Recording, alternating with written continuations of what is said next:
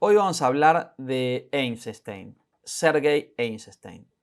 En la imagen movimiento, Deleuze le dedica el subcapítulo 2 del capítulo 3 a hablar de la escuela soviética de montaje, cuyo principal protagonista es Eisenstein. Entonces, hoy vamos a hablar un poco de Eisenstein en relación al montaje. Por supuesto, es un personaje enorme, es este tipo que ven acá, con cara de loco. Es un personaje importantísimo en la historia del cine, es uno de los primeros teóricos del cine, por lo cual se podría decir muchísimo más. De hecho, cada uno de sus libros merecería un curso completo. Sus libros son muy interesantes y se los recomiendo. En primer lugar, es importante entender la relación de Eisenstein con Griffith, ¿no? Les recomiendo que vean, si no lo vieron todavía, el video anterior mío sobre el montaje en Griffith y la importancia tan grande que tiene Griffith en la historia del cine. Ahora, Eisenstein es uno de los primeros en reaccionar. Griffith fue una influencia inmensa para todos los cineastas de su época. Eisenstein, por supuesto, fue muy influido y admiraba a Griffith, pero lo que dice Deleuze es que Eisenstein propone dos objeciones a la concepción de Griffith del montaje, lo cual es bastante valiente porque Griffith fue un tipo muy innovador y muy importante en su época, ¿no? Ahora, ¿cuáles son las objeciones? Por supuesto, están vinculadas con la ideología, ¿no? En primer lugar, dice Eisenstein que las causas diferenciadas del conjunto en Griffith se dan de manera independiente. ¿Qué quiere decir esto? Acuérdense, por ejemplo, en El nacimiento de una nación, la relación entre ricos y pobres, la relación entre el norte y el sur, la relación entre blancos y negros, por ejemplo. Es como si Griffith no considerara que la raíz conflictiva de la relación entre estas dos partes, entre los ricos y pobres, tiene que ver con una causa general. Es decir, parecería como que existieran por un lado los ricos, por un lado los pobres, pero que no existiera la relación, por ejemplo, de explotación entre ricos y pobres, ¿no? Esta es una de las objeciones que dice Eisenstein. Por otro lado, y esto está vinculado con lo otro también, las motivaciones colectivas encubren motivos personales. Se representan a motivaciones colectivas, en el caso de Griffith, como motivaciones personales. Siempre la lucha es personal, ¿no? El duelo, por ejemplo, en un western es de uno contra uno, pero nos dirá Eisenstein, en realidad estas luchas encubren motivaciones colectivas. Entonces, la crítica sería a esta especie de culto del individuo, que es obviamente una crítica a una forma de pensamiento. Nos dirá Deleuze que Griffith tiene una concepción empírica del organismo y digamos que esto refleja el positivismo de Griffith, y por otro lado Eisenstein tiene una concepción dialéctica del organismo. Lo importante a entender acá es que ambos proponen una mirada orgánica, es decir, son organicistas, creen en un montaje orgánico. Eisenstein no se opone al aspecto orgánico del pensamiento o de la forma de montaje de Griffith. Recuerden, en el video anterior habíamos dicho como unidad en lo diverso, es decir, la relación del todo con las partes. Es lo que va a hacer que Eisenstein siga siendo orgánico. Pero en el caso de Eisenstein, justamente está esta idea de la concepción dialéctica del organismo. Entonces va a haber una ley que va a llamar ley de génesis, crecimiento y desarrollo, del cual vamos a profundizar más, pero básicamente la dialéctica cuando nos dice las causas diferenciadas del conjunto en Griffith se dan de manera independiente y no responden a una causa general, en la dialéctica se va a pensar que hay una causa general, hay un origen o una génesis, por ejemplo, del conflicto ricos y pobres, ¿no? Y hay también leyes de crecimiento y de desarrollo, es decir, la concepción dialéctica del organismo nos va a traer nuevas normas, nuevas reglas que las podemos aplicar al montaje, ¿no? En el caso del cine. Ahora, una de las objeciones, digamos, uno de los aspectos más importantes de las objeciones que hace Eisenstein a Griffith es que la concepción empírica de Griffith con respecto al organismo se refleja tanto en aspectos de contenido como de forma. Es decir, la principal objeción de Eisenstein es formal y nos va a decir, es decir, Eisenstein va a proponer un nuevo tipo de montaje que él va a llamar montaje de oposición, reemplazando a la idea de montaje paralelo, justamente porque en el paralelo se ponía, pongámosle, ricos y pobres en conflicto o en oposición, pero sin reflexionar en la relación o la ley de la cual emergen estas dos fuerzas colectivas, ¿no? Entonces este montaje de oposición va a ser una especie de montaje paralelo donde en realidad va a haber una ley general que va a manipular, digamos, a manejar estas fuerzas y que va a construir el conflicto, ¿no? Y que va a tener que ver con la oposición. Ahora, él va a hablar de esta unidad orgánica y nos va a dividir en dos, ¿no? Una especie de organicismo general, donde él va a decir, hay una ley estructural definitiva y todas las partes remiten a esa ley. Esta ley estructural remite a un orden superior, básicamente. Y vamos a hacer un pequeño análisis del acorazado Potemkin que nos va a permitir entender a qué se refiere Einstein cuando habla de esta ley general. Vamos a agarrar una parte que parece insignificante del acorazado Potemkin, que es su introducción, ¿no? Los primeros planos de la película. Podemos llamarlo, yo lo llamo la obertura. Y en general la obertura podemos pensarla como que refleja el tema general de la obra, ¿no? Entonces, en este caso, que parecería completamente insignificante, son imágenes de agua, de un mar golpeando en la orilla. Me interesaría que ustedes prestaran atención y pusieran el foco en lo que esto refleja. Todo tiene una razón de ser en el montaje einsteiniano. ¿A qué remite esta primera parte, esta obertura? Yo diría al tema general. ¿Cuál es el tema general de la película? Podríamos decir en parte mar y tierra, o por lo menos esto es lo que parecería decir la obertura, la relación entre el mar y la tierra, la forma en que el mar llega a la tierra y transmite su mensaje a la tierra. ¿Cómo podemos pensarlo en esta película? Miren esto. Hay un punto central de la película, y esto también lo nombra Deleuze, lo que llama la cisura. Cisura es un corte, una división, ¿no? Que yo lo llamo punto medio, como una referencia a lo que dicen algunos manuales de guión de hoy en día, hablan de la existencia de un punto medio, aunque no saben explicar muy bien. Creo que es por falta de lectura de Einstein. No, por lo general no se entiende tan bien el significado del punto medio estructuralmente, y en el caso de Einstein es muy claro. El punto medio, en este caso, es la muerte de Bakuninchuk. Básicamente, nosotros podemos pensar la película como dividida en dos partes. La primera parte es, en concreto, la aventura del Potemkin, básicamente un levantamiento, básicamente un conflicto enorme entre los de arriba y los de abajo. Después vamos a ver ejemplos en relación a eso, ¿no? Los oficiales y los soldados. Lo podrían decir la aristocracia del Potemkin y el proletariado del Potemkin, los trabajadores, que en un momento los están queriendo fusilar a unos de los trabajadores, y entonces en el momento en que los que tienen que fusilar, cuando reciben la orden, se dan cuenta de que no quieren disparar contra ellos mismos y disparan contra la aristocracia, contra los oficiales, y se rebelan. En esta revuelta muere el que parecería ser el líder de la revuelta, que es un tal Bakuninchuk.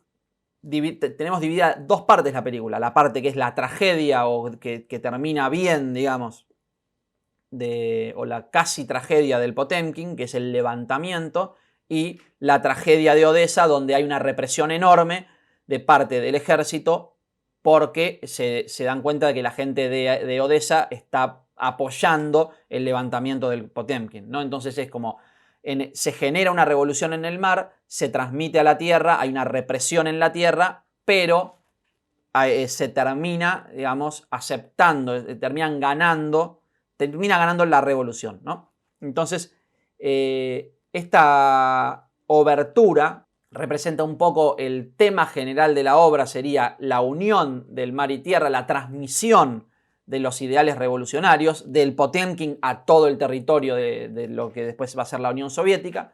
Entonces, no es insignificante ni ingenuo, digamos, el uso de esta primera imagen. Habiendo entendido esto, por ejemplo, cómo cada parte, la parte 1 sería la revolución, la parte 2 sería la transmisión de esa revolución, y cómo la obertura remite a esta estructura general. Entonces, a eso se refiere Eisenstein cuando habla de esta especie de ley general, ¿no? De aspecto general de la organicidad. Ahora, según esta concepción dialéctica del organismo, podemos entender que existen estos momentos privilegiados, ¿no? Dice Deleuze. Esto tiene que ver con la idea de la cisura, cómo se van dividiendo en partes. Es decir, así como tenemos partes y tenemos esta primera obertura, después tenemos esta parte en el Potemkin y esta parte en Odessa, hay momentos privilegiados. Por ejemplo, el levantamiento en sí, que termina con lo llamamos la cisura, que es la muerte de Bakulinchuk, que nos termina haciendo pasar del agua a la tierra, del mar a la tierra, es un momento privilegiado, ¿no? Es un instante privilegiado. Y esto es muy importante para la estética, para la poética eisensteiniana. Sin embargo, estos instantes privilegiados no expresan elementos accidentales, como podrían ser en Griffith, ¿no? En Griffith, es decir, una cosa sucede a la otra, pero parecería que es accidentalmente y no según una ley general. En este caso, corresponden a lo que Deleuze llama la construcción regular de la espiral orgánica. Bueno, acá empezamos a llegar a cosas que empiezan a ser un poco difíciles de entender, pero no son en nada difíciles de entender. Es solamente tratar de ver lo que significan los términos y lo vamos a entender. Van a ver. En estos instantes privilegiados representan lo que llama Deleuze lo patético. Y esto tiene que ver con esta idea de unidad orgánica en parte general y en lo particular. Es decir, en lo general podemos decir la estructura. La estructura de la película remite a digamos, a una idea, a una ley de orden superior. En este caso, la idea de la transmisión de la revolución del mar a la tierra, ¿no? La transmisión de los ideales revolucionarios sería la ley a través de la cual se estructura la película El acorazado Potemkin. Ahora, cada una de sus partes, ¿no? Dentro de cada una de sus partes también hay formas de avance y también reflejan lo que habíamos dicho antes como de la forma regulada de evolución, ¿no? Es decir, no solo unidad orgánica general, es decir, la estructura de la película, sino también sumisión a la ley natural. ¿A qué se refiere con esto? Volvemos a dar vueltas sobre lo mismo, porque la ley natural está vinculada con esta idea de la espiral orgánica. ¿Qué quiere decir con esto? Entendámoslo así.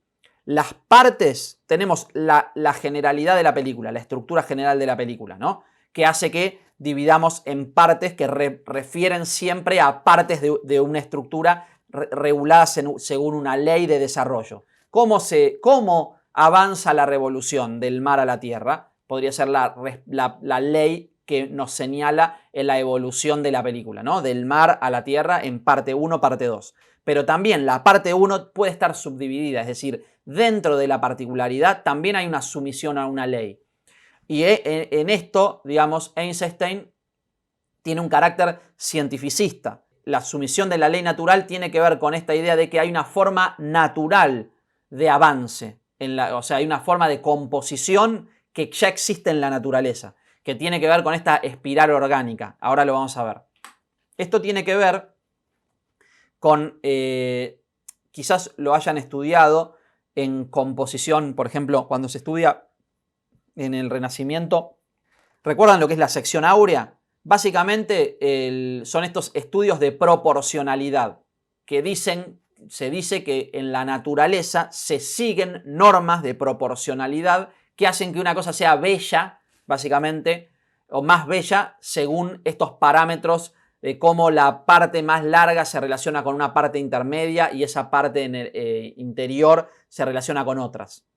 Si esto todavía no se dieron cuenta de qué estamos hablando, no se preocupen que ahora lo vamos a ir desarrollando un poquito más. Esto sería una espiral orgánica, es decir, son normas de evolución que se extraen que se transforman, digamos, en reglas matemáticas, pero que se extraen supuestamente de fenómenos naturales. Por eso vemos acá cómo se construye un caracol, pongámosle, ¿no? Bueno, entonces Eisenstein propone que su forma de estructurar, poner una cosa al lado de la otra, las duraciones que va haciendo, ¿no? Las proporciones entre ciertas partes de la parte 1, la parte 2, etc., siguen normas que son naturales. Y con naturales se refiere a que las saca de estas reglas de la sección áurea. Es decir, que las reglas de proporción surgen de modelos matemáticos que supuestamente imitan a la naturaleza, ¿no? Ustedes no tienen por qué creer esto, pero es una concepción muy arraigada en la historia del arte en general. Ahora, Deleuze habla de pone a veces unas fórmulas que son difíciles de entender, ¿no? En este caso, OA sobre OB es igual a OB sobre OC. Eso hace que por ahí uno se pierda y que no termine de entender lo que quiere decir, ¿no? Estas fórmulas también están en el artículo de Einstein, de la naturaleza no indiferente. Y yo acá hice un gráfico para que se entienda un poquito mejor a qué nos referimos.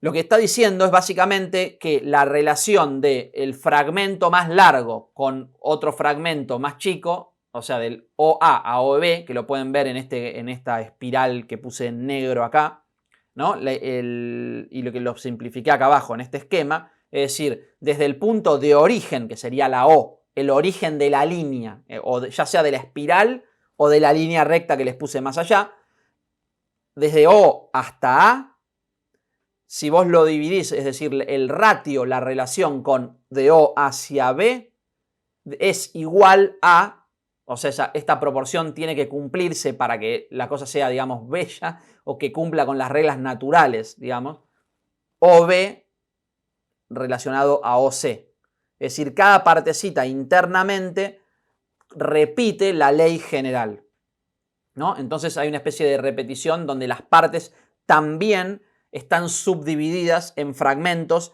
que entran en oposición, y eso lo vamos a ver con el acorazado Potemkin, porque vamos a volver un poco al análisis e ir mucho más puntual, es decir, está bien, tenemos estas grandes partes, los grandes actos, ¿no? Que hay 5 actos en el acorazado Potemkin, no nos vamos a meter en eso. Si les interesa que haga un análisis más profundo sobre esta película, que se las recontra recomiendo, déjenme mensajes porque es una película que me interesa mucho y que para hacer este video en realidad hice un análisis más profundo, pero no da el tiempo para dejarlo completo acá. Ahora, nos dirá Deleuze, no hay solamente nexo orgánico entre dos instantes, como había en Griffith, ¿no? Una cosa atrás de la otra, sino salto patético. Es decir, las partes entre sí, estas pequeñas... Tenemos los grandes fragmentos, ¿no? De la estructura, ¿no? Acto 1, acto 2. Pero dentro del acto podemos también subdividirlo en pequeñas secuencias o escenas, y las escenas también las podemos subdividir. Y Einstein es muy consecuente con esto y subdivide las escenas y las trabaja con una ley dialéctica, incluso hasta los fragmentos más chicos. Eso es muy interesante.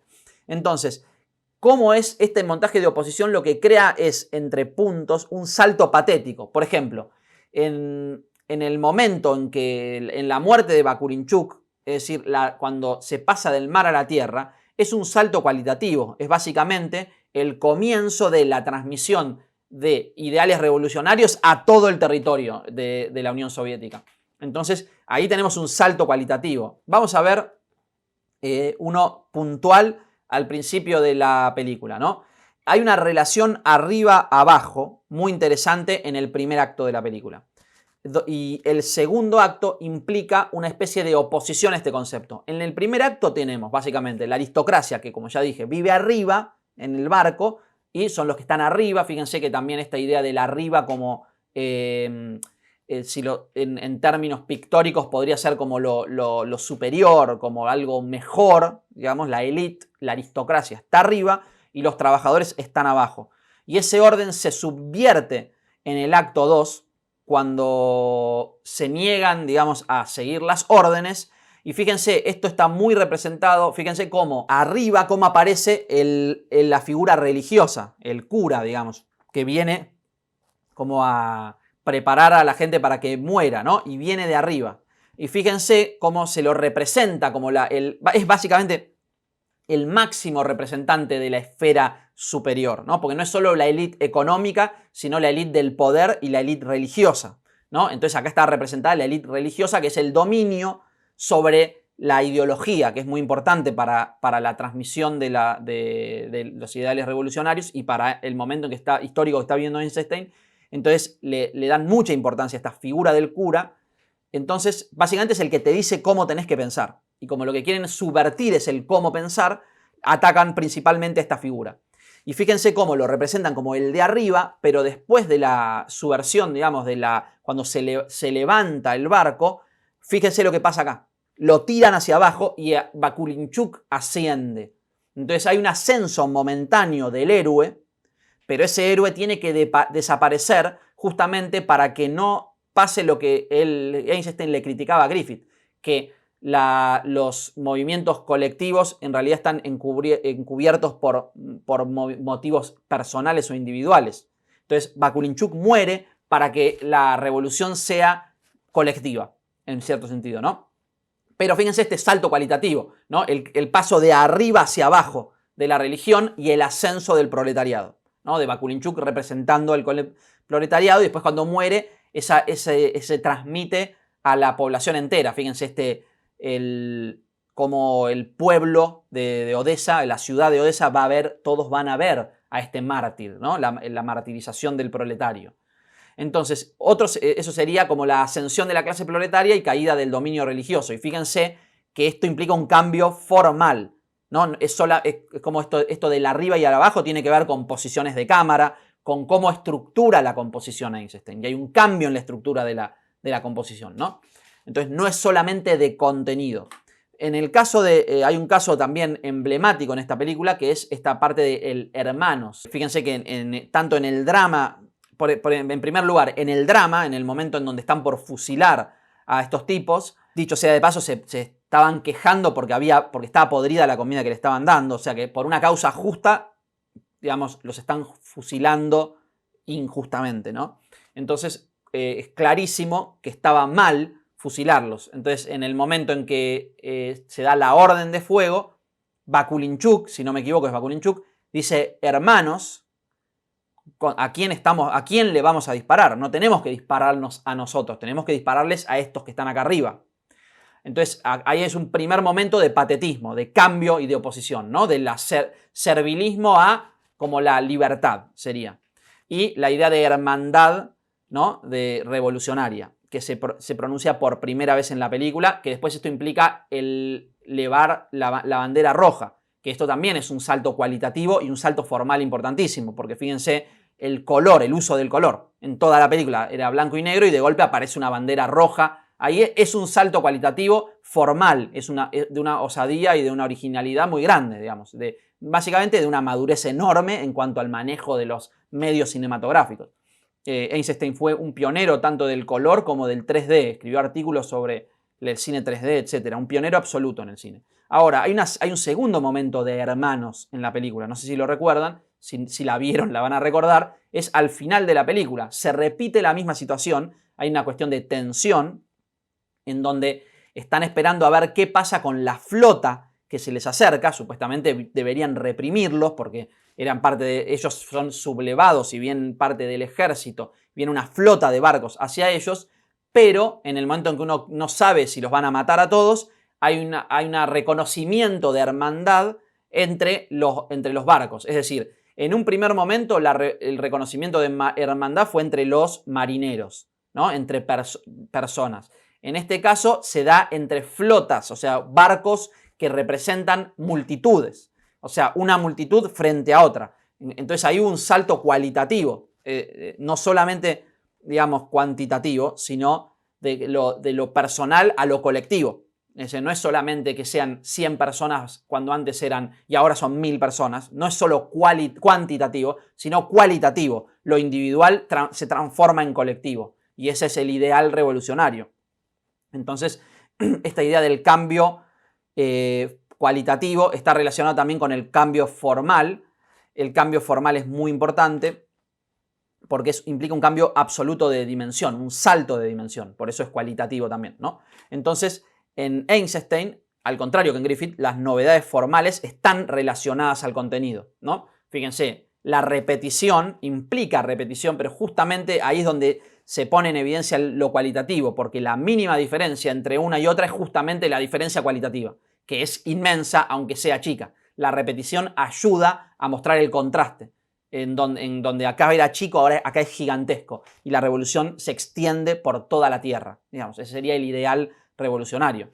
Entonces, en este caso podemos diferenciar entre lo orgánico como crecimiento y lo patético como desarrollo. Es decir, el crecimiento orgánico existe en Griffith, pero se le agrega esta dimensión patética en donde hay saltos cualitativos, hay cambios y esto está vinculado a estas reglas generales, pero también a reglas particulares de cómo se da el paso, digamos, de una cosa a otra, a través de la oposición, ¿no?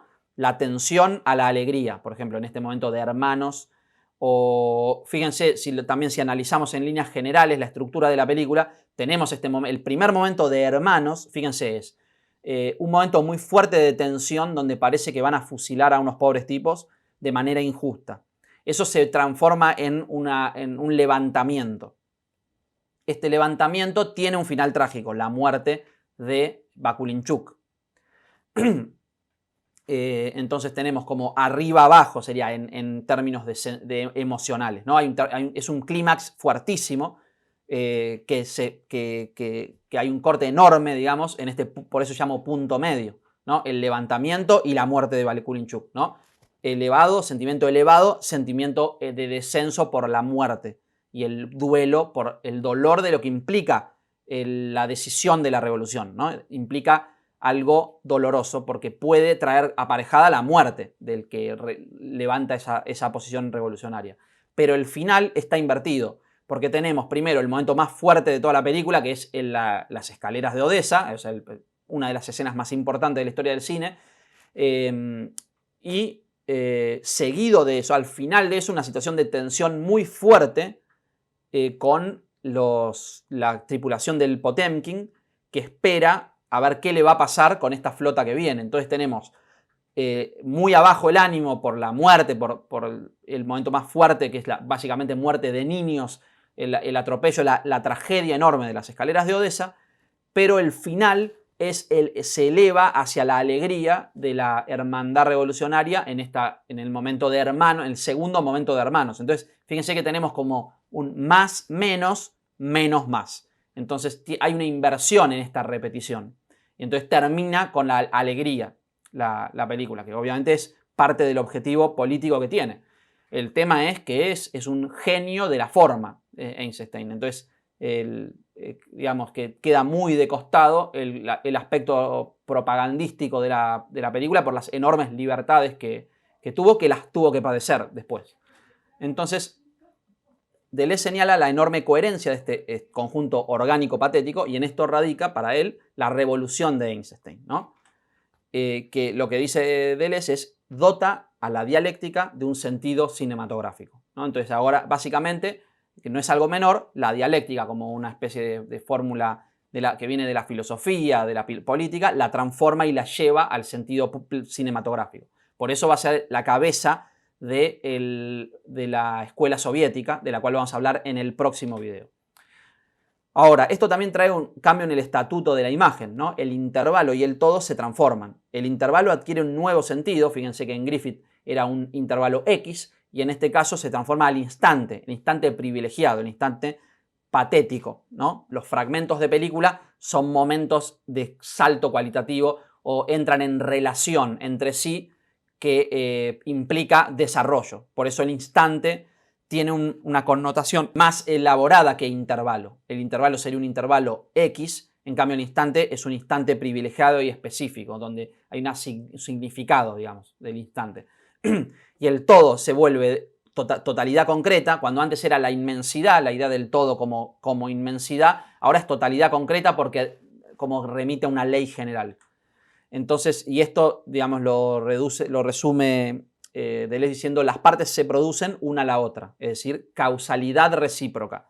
La totalidad está formada por partes que se causan unas a las otras. Y esta es la razón por la cual Deleuze va a decir que la imagen movimiento en Eisenstein se vuelve la célula del montaje. Célula en el sentido en que se va subdividiendo, ¿no? Y creando entidades nuevas a través de la subdivisión y a través de la oposición, ¿no? A través del salto patético. Entonces, la imagen movimiento no es solamente pequeños fragmentos que uno va poniendo uno atrás de otro, sino que adquiere un significado y está relacionado con el significado que viene, ¿no? Es básicamente componen un gran organismo que está vinculado, en la cual diferentes células se relacionan entre sí como un mecanismo. Hace poco puse en el canal una película dirigida por mí, y casualmente está vinculada con cosas que estuve hablando acá, relacionada con cuestiones de montaje, y me fui dando cuenta también mientras hacía este video la enorme influencia que tenía Eisenstein sin que yo me diera cuenta en la forma de montar la película, etc. Así que si les interesa les voy a dejar el link. Les dejo acá la película, el primer capítulo, porque lo subdividí en capítulos, para que la puedan ver si les interesa y cualquier cosa me pueden dejar comentarios, porque me interesa mucho su opinión. Si les gustó pongan un like y obviamente suscríbanse si no lo están todavía. Así que bueno, espero que les haya servido. Mucha suerte.